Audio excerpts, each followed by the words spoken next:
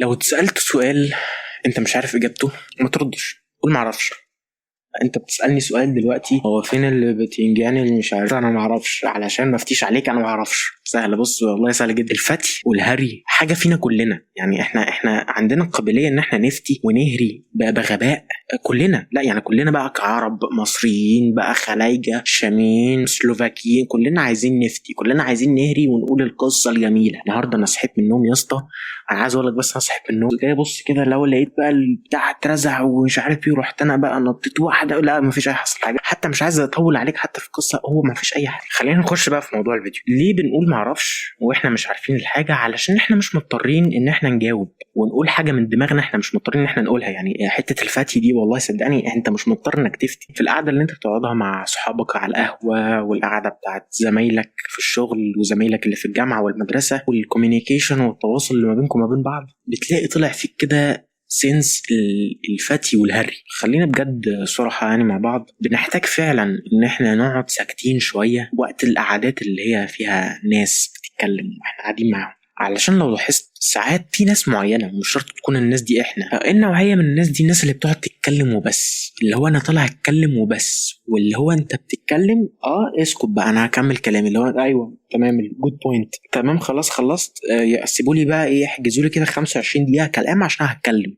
يعني انا هبتدي بقى يلا اقول بقى كلام بقى كتير بقى، اطلع بقى، يعني هقعد بقى اطلع في فوكابلري، هسمع لك مفردات الدرس اللغه العربيه بتاع تانية اعدادي، اللي هو اي حاجه بقى. لا هو مش بيبقى حتى شخص واحد بس، لا ده ساعات بتبقى الجماعه كلها بترغي بتتكلم ومحدش فيهم سمع حد اصلا. فساعات بنحتاج او بنضطر ان احنا نسكت، علشان السكوت ساعات بيدينا فرصة ان احنا نحس ان في تواصل ما بيننا وما بين بعض، او نتكلم اقل شوية علشان نفهم الشخص اللي قدامنا والشخص اللي قدامنا يفهمنا. تحس ان في ناس كلها actually connected وفاهمين بعض.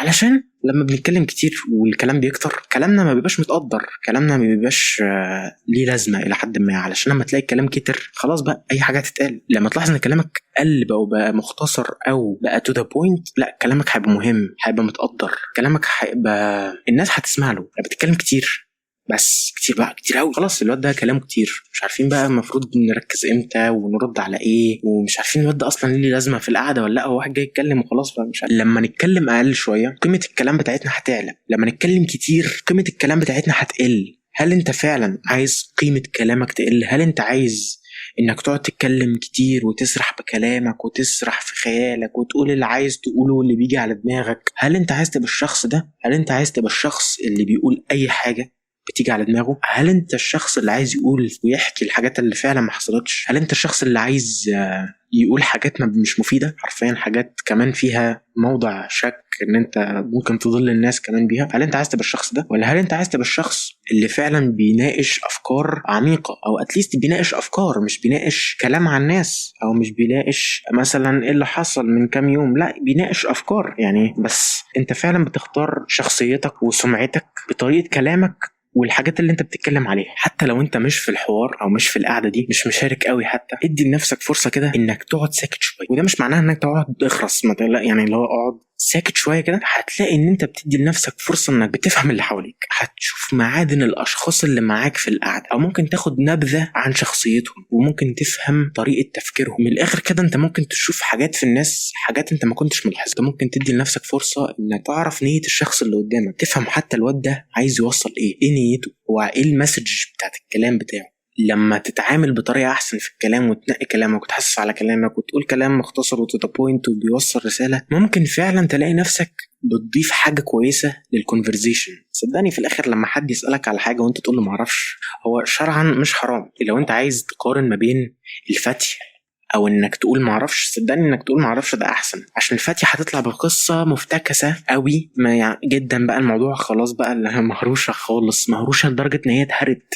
لما تفتح على نفسك سلسله فتي وهري كتير، ممكن تلاقي نفسك شخص بيضل الناس وانت مش عارف. يعني هتلاقي نفسك بقى دخلت في حته ان الموضوع فتح معاك خالص، واي حد يسالك على اي حاجه فانت تجاوب علشان انت عامل فيه عام التنين المجنح وعارف كل حاجه. الموضوع هيفتح معاك جامد لدرجه ان الناس لما تسالك على حاجه وعايزينك تدلهم على حاجه معينه وعايزين منك مساعده، تلاقي نفسك بتضلهم علشان انت بتجاوب على حاجات انت مش عارف ايه هي، او بتجاوب على حاجات انت مش عارف اجابتها. فعلا الكلام معاك بيعمل نوع من انواع الكوميونيكيشن السكسسفول او التواصل الناجح مش عارف انا بترجم اي حاجه. لما تتكلم اقل ده معناه ان انت مدي لنفسك فرصه انك تستوعب كلام الشخص اللي قدامك. انت مش مستنيه يخلص كلام عشان تتكلم، لا انت اكشلي سمعت وفهمت وعايز ترد، او انت سمعت وفهمت وعايز تضيف. فاللي في الاخر بيتكلم كتير جدا ده وبيقعد يتكلم بقى يلا ده ايه مهرجان بقى، ده يعني ده في الاخر شخص ما عندوش حاجه يقولها فبيقول بقى كل حاجه. لكن لما تلاقي الشخص اللي بيتكلم اقل ده شخص اكشلي بيستمع للناس،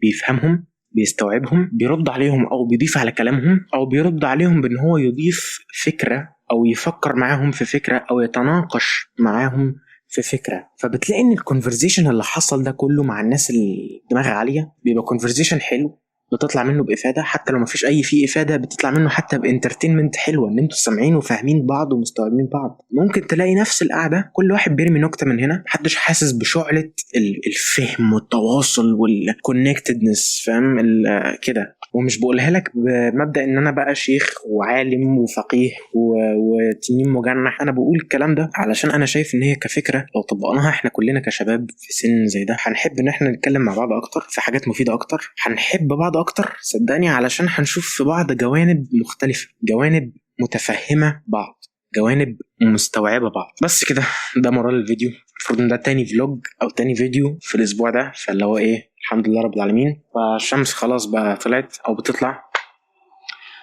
السلام عليكم.